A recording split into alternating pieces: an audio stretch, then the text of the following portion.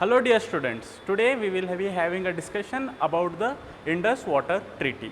We all know rivers are the lifeline of civilization. Many civilizations were built upon rivers. Even to this day, all the major cities in the world are located on the banks of river, because this is a steady flow of water that provides for the irrigational needs, the consumption needs, and also various other activities. Therefore, in a sense, rivers are essential, and water is the most essential resource of all the resources.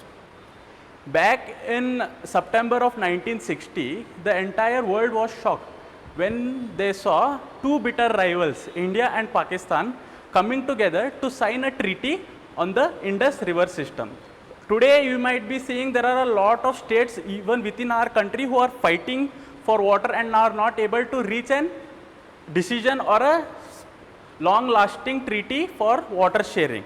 But since India pulled this, since the World Bank pulled this off, the entire world was in shock. And India, though there were a lot of shortcomings within the treaty, decided to go ahead with it, because it saw a better future where peace could be generated between the two countries. But we could not have been more wrong, as because we fought two major wars after this treaty, and also Pakistan began its trick of building terrorist organization and cutting India with 1,000 cuts. So firstly, the geography of the Indus River. The river originates at Lake Manasarovar or Lion's Mouth, and it flows majoritarily through Pakistan in the plains of Multan, and finally here at Karachi it joins the Arabian Sea. According to this treaty, the Indus, Jhelum, Chenab, Beas, Ravi, Sutlej, these are the tributaries of river Indus. According to this treaty, these tributaries were divided into western rivers and eastern rivers. Eastern rivers, namely Beas, Sutlej and Ravi. These constitute the eastern rivers. The whole of the water usage authority rests with India. In a sense, all these three tributaries, India can do whatever it wishes with the water of these three tributaries. Now the next western rivers, which are Indus, Jhelum and Chenab. Now Pakistan has a control over these waters. In the sense, India should allow the flow of the sea. We are in a strategically advantageous position when it comes to the river system, because all the points of the origins of the rivers are found within mainland India. Therefore, we are in a strategic location where we can easily cut off the flow of water into Pakistan by building various dams, barrages, etc. So, according to the treaty, India has to allow unhindered flow of water from these three tributaries. That means India cannot block the water of these three tributaries, and it cannot use it for consumption purposes. The water of these rivers cannot be used for drinking or for other various consumptive purposes. The only lenience India has regarding these rivers is, first is navigation. India can use the waters of these tributaries for navigational purposes. That means we can have ferries and boats to promote trade within the region.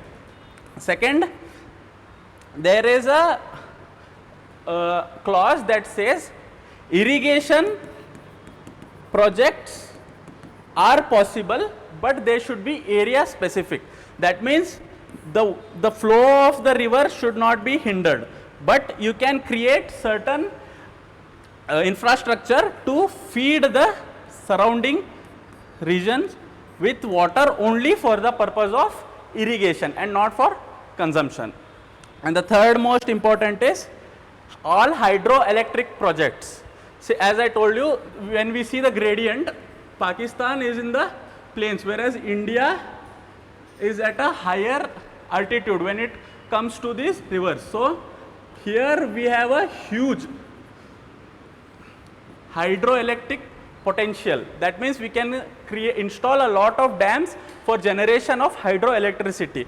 But according to this treaty, we had the option of using dams which use run of the water. That means the flow of the water should not be disturbed. In such way we can create dams. So whenever India came up with a project to build hydroelectric dams over this region within India, Pakistan always vetoed it. So while by looking at this, we can say that Pakistan had a clear intention of inhibiting hydroelectric growth within this region. They wanted they did not want Kashmir to develop in a sense. Now next, what are the shortcomings of this treaty?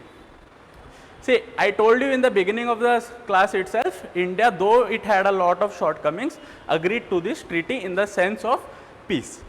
The first major drawback is 80% of the total volume of water flows within Indus, Jhelum and Chenab. Only 20% of the river water is left for India for utilization. Second, these regions are flood prone. Today, due to the climatic changes etc., these regions have become a hotbed for floods to occur. So since there is a strict treaty binding India to this, to the construction of infrastructure, all flood mitigating related projects were also shot down by Pakistan, saying that it will be against the spirit of the treaty. The next is hydroelectric potential. Kashmir has a huge hydroelectric potential which has not been tapped by India. Now what are the positives for Pakistan? See, Pakistan, firstly, we can say it is a lifeline of Pakistan because Indus flows through the most agriculturally productive regions of Pakistan, which is Lahore, Multan and Karachi. These regions are not only agriculturally productive, they are also the politically powerful regions within Pakistan. All top government officials or military officials of Pakistan hail from these regions. So therefore they have a vast amount of investment done in these regions. So the flow of water is quintessential for the Pakistani government and its military. Now second positives for Pakistan from this treaty is about 25% the river Indus contributes 25% to the GDP of Pakistan. By this you might understand how important this river is for Pakistan, and 93% of the total water of Indus is being used for irrigational purposes. So when we cut down, if there is a shortage of water, crops will die, hunger will ensue, and the politically important regions and politically important people of Pakistan will be hurt by this. Now next, since the treaty is left in suspension and in abeyance, what India can do is firstly build hydroelectric projects. See, before, whenever we came up with a hydroelectric project or any project on these rivers, Pakistan had the power to veto it due to the treaty. Now since we are in abeyance of this treaty, we can freely build infrastructure for the optimum utilization of the water within Kashmir. Second, flood relief. Thanks to its strategic location, we can also use various canals, conduits through which we can mitigate the flood crisis within this region. Now the next thing we can do is irrigational projects. Irrigational and consumptional projects. So by building various dams and barrages, India can optimally utilize the irrigational facilities, which will lead into growth of food productivity and which will in turn lead to economic prosperity. We all know Pakistan's aim is to deter the economic growth and development in Kashmir, but since this treaty is in abeyance, we can move for a proper and well developed Jammu and Kashmir. Now what is important is we have to think logically and rationally about this treaty. Everyone is on the edge of their seats claiming that there will be a war. Everyone is excited for a war between the two countries. See, we are a generation who has taken birth in the time of peace. We have not seen various huge wars. We do not know what it means to sacrifice our basic amenities for the nation. We have not bled on the field for our nation yet. So it is easy to call for a war between the two nations, have a fight and so on, but India obviously has the sufficient military installments, sufficient military strength to overthrow Pakistan in a matter of months. That is not the problem. India is ready for war. It is prepared. If we are attacked by Pakistan, India will surely defend and retaliate. But the problem is we cannot afford war. See, war is not simple. As we see in movies, people going and fighting on the battlefield. Behind the scenes, there is a lot of crunch of resources. You need a lot of fuel to fund the war. You need a lot of money to fund war. So in the current scenario, India cannot afford the war. If it is ready for war, it can fight the war, but it simply cannot afford it at the time. And since when we focus majorly on our Western country, we have another important neighbor on the east, China. India should be wary of of the steps China will take when we are completely invested on Pakistan.